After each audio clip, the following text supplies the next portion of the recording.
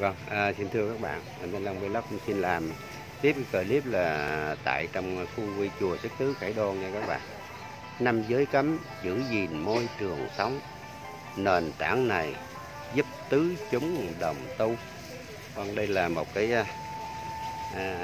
bản để nhắc nhở chúng ta cũng nên gửi một thứ phước đức, một cái tâm từ tính thiện để chúng nhắc nhở chúng ta tu tập nha các bạn. Đây là bên kia xa xa là cái vườn Lâm Tỳ Ni của Phật Thích Ca ra đời đó các bạn. Đây là chung cảnh, cái quang cảnh của cái chùa Sắc Tứ Khải Đôn. Thì mình xin quay tất cả cái đây là cái Giáo hội Phật giáo Việt Nam, ban trị sự Phật giáo tỉnh Đắk Lắk. Cái chỗ này là cái chỗ gửi hài, gửi cốt, gửi linh, gửi cốt nha các bạn. Mình xin vào đó là mình quay lại cái linh cốt ở đó. Rồi xin thưa các bạn, tất cả quang cảnh trong chùa Sắc Tứ Khải Đôn nha các bạn. Đây là cái cây bồ đề đó các bạn. Chung quanh quang cảnh cái chùa Sắc Tứ Khải Đôn lúc 8 giờ ngày thì rằm tháng 4 tại chùa Khải Đôn, Buôn Ma Thuột, tỉnh Đắk Lắk.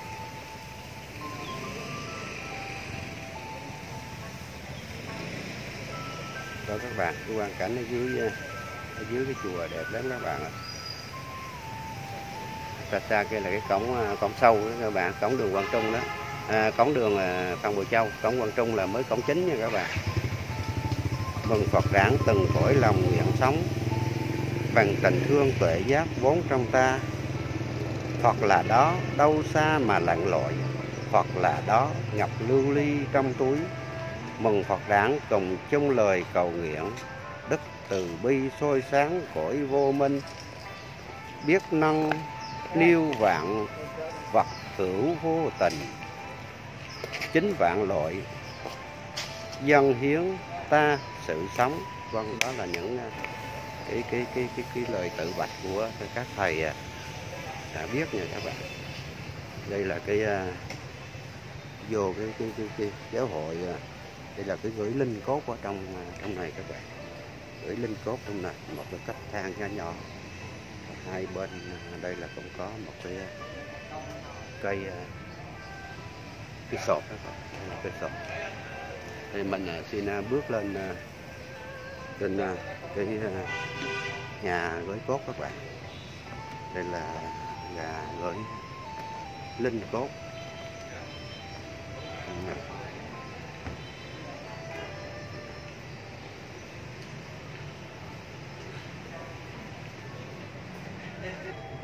Vâng, đây là văn phòng của ban trị sự Giáo hội Phật giáo Việt Nam chùa Sắc Tứ Khải Đôn nha các bạn. Giáo xứ Thánh Tâm mừng lễ Phật đản.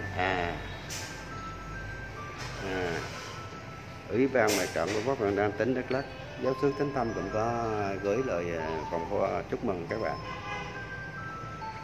Các bạn, đây là cái đường lên trên gửi linh cốt thì các bạn.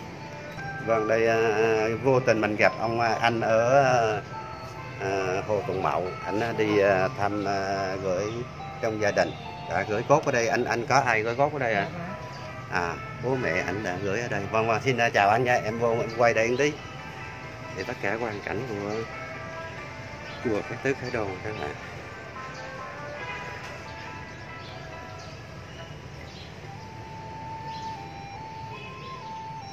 Xin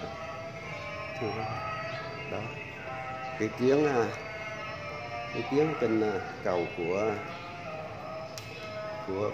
trong cái nhà linh này các bạn. Nhà linh này Nam Mô Địa Tạng Vương Bồ Tát. Đây là cái bàn thờ của Địa Tạng Vương và tất cả những chư hương linh đã ra đi và đã gửi linh cốt ở đây.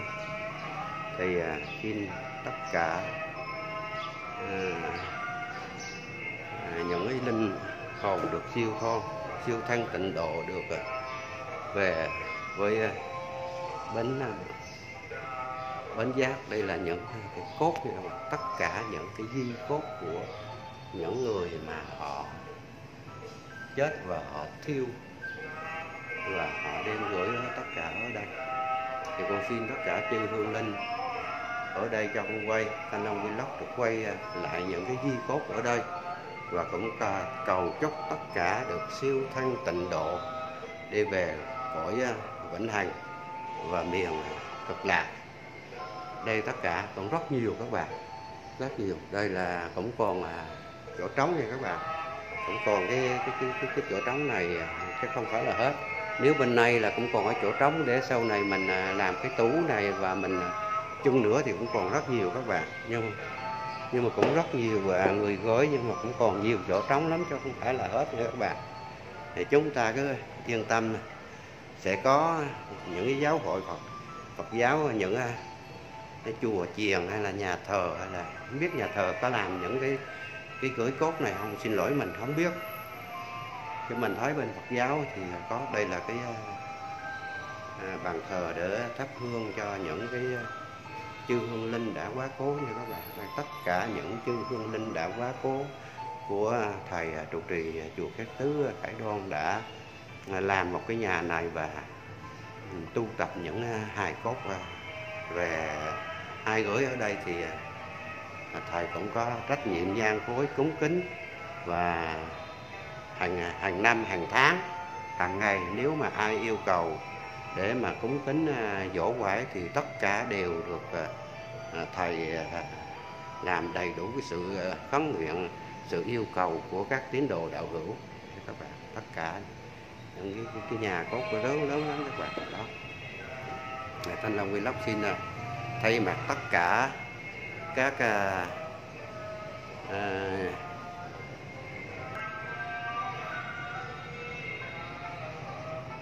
đó, những cái di cốt mà tất cả tín đồ đạo hữu gửi ở đây các bạn.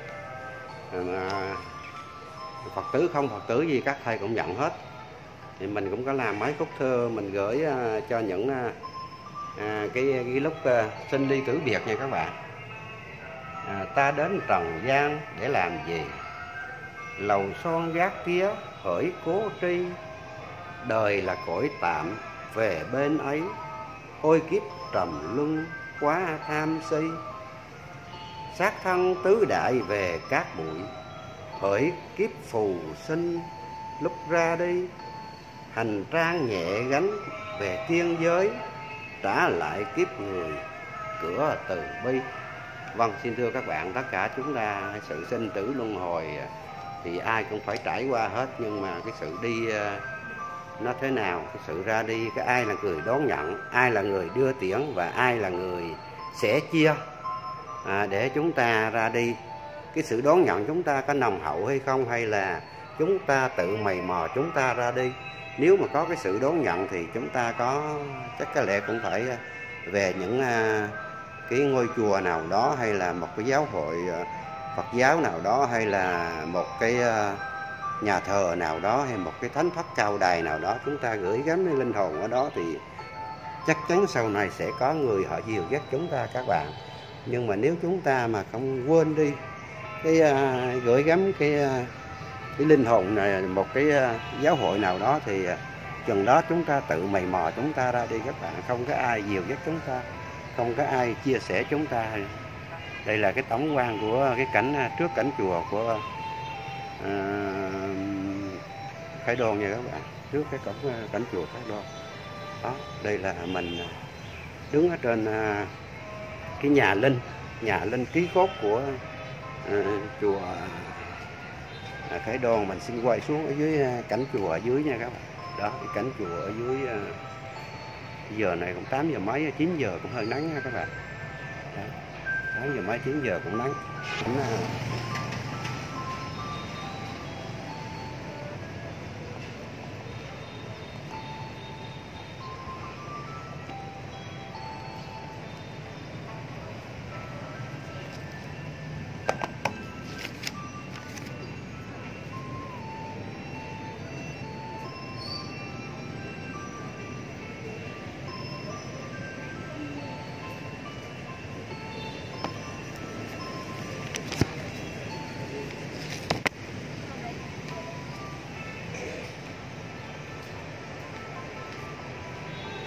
Chưa?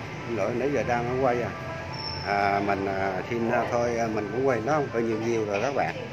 Thì mình có mấy cái khúc thơ của cái đầu đỡ của nó là sống có đức mặc sức mà ăn nha các bạn. Cái nhân tiện mình cũng có mấy cái câu thơ đây mình xin đọc là: đức phước nghĩa nhân có thể nào, hỏi người mua bán giá làm sao. Tôi mua ít ký cho con cháu, chỉ giá giáo tránh nhân trả công cao. Kính lạy hương linh hỡi thánh hiền, góp gom vàng núi đổi tương trao. Ký sử vang danh công tử bạc, ngộ đời quyền quý tựa chim bao. Bắt diệt trái tim thở thở đều, xa thân cầu đạo sống gian lao. Lộc phước tâm ta không mua bán, đức tại tâm sinh mãi tự hào. Vâng, xin thưa các bạn, cái đức, cái phước, cái nhân, cái quả là không mua được nghe các bạn. Không mua được đức phước nhân quả của một con kiếp người. Cái đó tự chúng ta sinh và tự chúng ta diệt, và tự chúng ta trồng cây gì ăn cây đó nha các bạn. Nhân nào họ nói là nhân nào quả đó, cho chúng ta không mua được cái đức phước. Vâng, xin thưa các bạn, đó là những cái lời tự sự của Thanh Long Vlog, cái clip của Thanh Long Vlog. Thanh Long Vlog đang đứng trên cánh chùa Trấn Tứ Khải Đoan. Thì Thanh Long Vlog cũng làm cái clip này, thì mong tất cả chúng ta hãy nghĩ về đạo một chút, ngộ về đạo một chút, và chúng ta bỏ một cái thời gian nào đó chúng ta về chùa, về nhà thờ, về đà, để chúng ta gửi gắm một cái tâm linh nó hơi nhẹ nhàng cho cuộc sống chúng ta, nhẹ nhàng cho cái tình cảm con người chúng ta, và cái lúc ra đi chúng ta nó cũng được siêu thanh các bạn. Lúc và chiều chúng ta cũng có được một cái cửa thiền môn, chúng ta đi về, và chúng ta có nơi tu tập học hỏi đạo đức giáo lý của nhà Phật. Vâng, xin cuối cùng Thanh Long Vlog xin thân chào và xin bye bye tất cả các đệ tử, và kính chúc tất cả các đệ tử của chùa Trấn Tứ Khải Đoan cũng như giáo hội Phật giáo Việt Nam an lành, hạnh phúc và an bình trong cuộc sống. Xin thân chào và xin bye bye.